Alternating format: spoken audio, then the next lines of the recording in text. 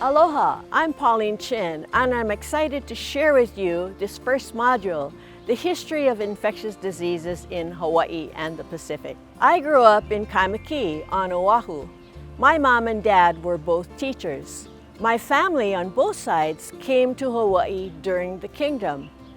They knew it would be a good place to find work. But why was that?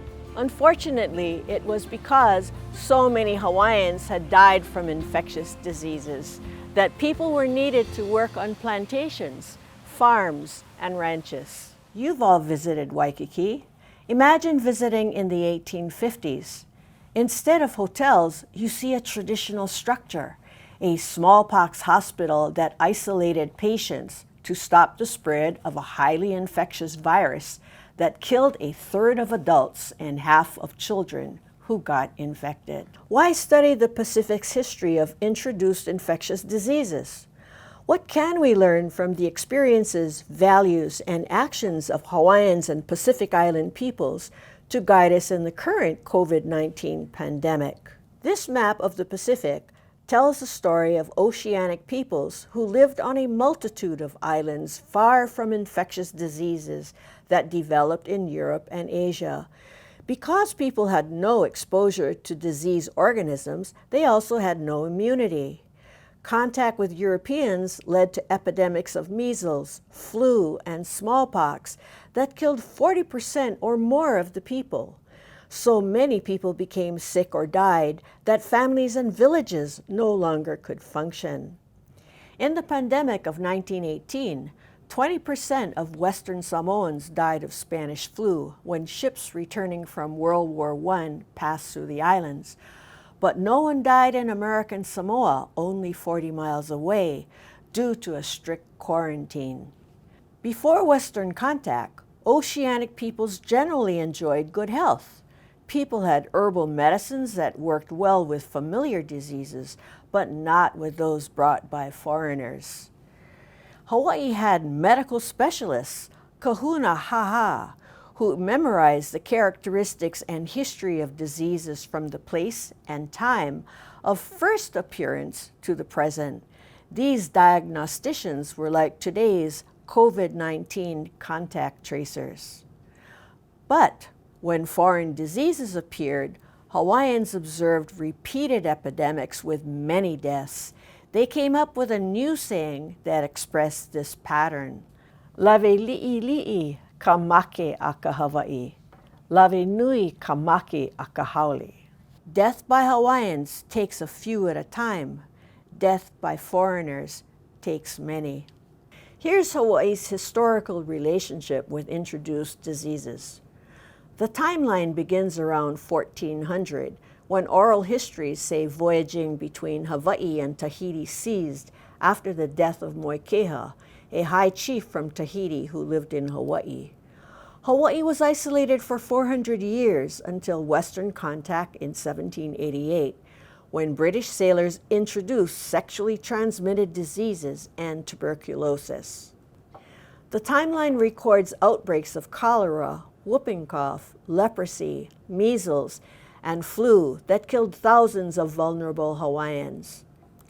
In 1850, Kamehameha III appointed a board of health, leading to the building of the smallpox hospitals shown in the opening slide. By the last decades of the 19th century, an estimated 90% of Hawaiians had perished of foreign diseases. It is during these troubled times that my ancestors and the ancestors of many Kama'aina families arrived in Hawaii to find work. Mina mina ia ka ike Hawaii. Hawaiian knowledge is valued. Mina mina can mean to regret, be sorry, deplore, to grieve for something. It can also mean to value greatly, especially something in danger of being lost. The painting showing a mother and her child expresses the saying, He mea mina mina ia kekeiki. A child is to be prized. About a third of babies died before reaching a year. We saw in the timeline that King Kamehameha III established a Department of Health in 1850.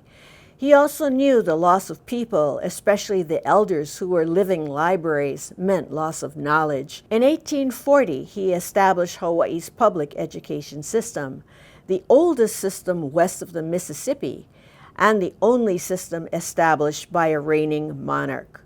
The ali'i wanted everyone to become educated.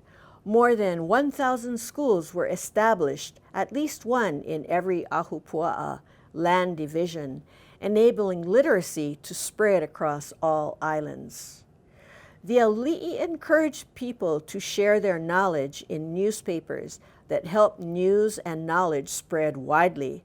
King Kalakaua himself was an editor of one of the 100-plus Hawaiian language newspapers published between 1834 and 1948. Many articles report the suffering and attempts to understand and treat the new diseases. The kingdom prioritized public health by kilo, which means monitoring or observing carefully for disease. Beginning in 1836, the harbor pilot checked foreign ships for evidence of disease, and a Quarantine Law and Vital Statistics Act were passed in 1839. The population was estimated to be around 400,000 when Captain Cook made contact in 1788. By the time of the first census, the population had declined to a fourth of the original population, to 82,035. Population declined until Hawaiians were a minority in their own islands. The illegal overthrow of Queen Liliʻuokalani in 1893 shows how a century of foreign diseases and death weakened the kingdom, leaving it vulnerable to political threats. Actions of ali'i show their visionary leadership. Before the epidemics of foreign diseases, there was no need for hospitals or institutions to care for elders and orphans.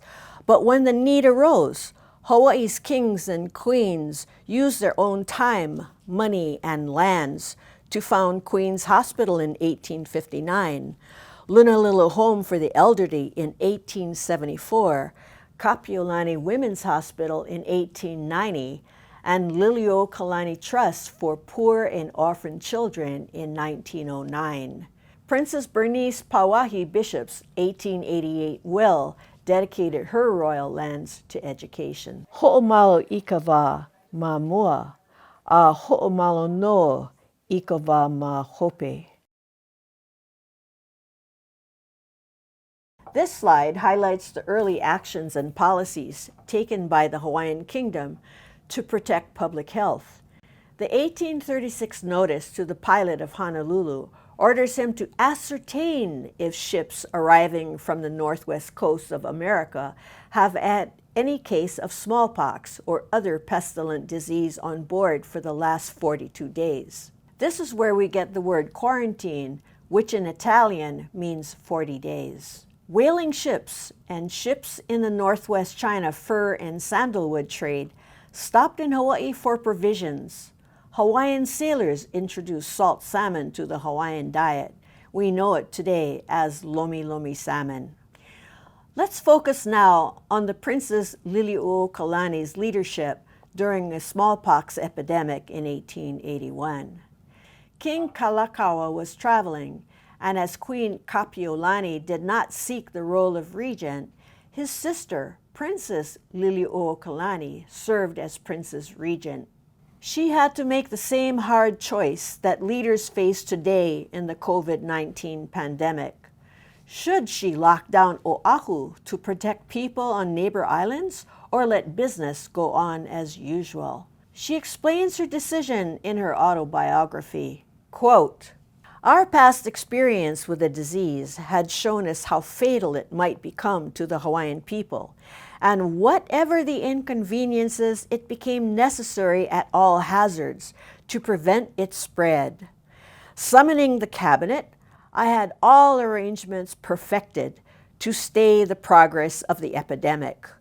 Communication between the different islands of the group was stopped. Vessels were absolutely prohibited from taking passengers. A strict quarantine of all persons infected or under suspicion was maintained, and so scrupulously and energetically were these regulations enforced that when they were relaxed and quarantine raised, it was found that no case had been reported outside the place of its first appearance. But it was a serious thing to confine its ravages to the city of Honolulu, in which there were some 800 cases and about 300 deaths. Close quote. Though there were 300 deaths on Oahu, there would likely be many more if infected people had carried it to other islands. Connecting past, present, and future. Nahonua Mauliola is a Hawaiian philosophy that health, Mauliola, is connected to 3 piko each person has: E, spiritual, the head; O, family, belly button; and A, next generation, genitals. The diagram shows that in Hawaiian culture, no one is an isolated individual as viewed in American culture. Our 3 piko connect us to the past through our learning, to the present through our family, and to future generations. Mauli, self, is not individually created, but develops within family, community, nation, and world across our entire lifetime, from childhood to adulthood to our elder status. If we look at the actions of Hawaiian leaders, we see they made decisions to care for others, especially the most vulnerable from keiki to kupuna. Following their examples, if we care for others during the COVID-19 pandemic, we care for ourselves too. We are all connected. It is our shared kuleana, or responsibility, as part of our relationships with others. What happened when 6 Tongan boys were shipwrecked for 15 months on a Kapu island? This video shows the values of caring for others and learning from parents and elders are shared by Pacific peoples. Instead, they were shipwrecked on a Kapu island, forbidden after a ship kidnapped villagers for forced labor a century ago. The video shows how they survived and formed a healthy community, growing food, finding water, building shelters, and resolving issues. After 15 months, they were found by chance by an Australian fisherman and returned to Tonga, where they had been given up for dead. Think about the values, practices, decisions, and knowledge that enabled the teenagers to survive and create their community. What were the sources of the strengths that enabled their survival? How did the boys share leadership and diffuse conflict and anger? How does their survival show that when we care for others, we also care for ourselves?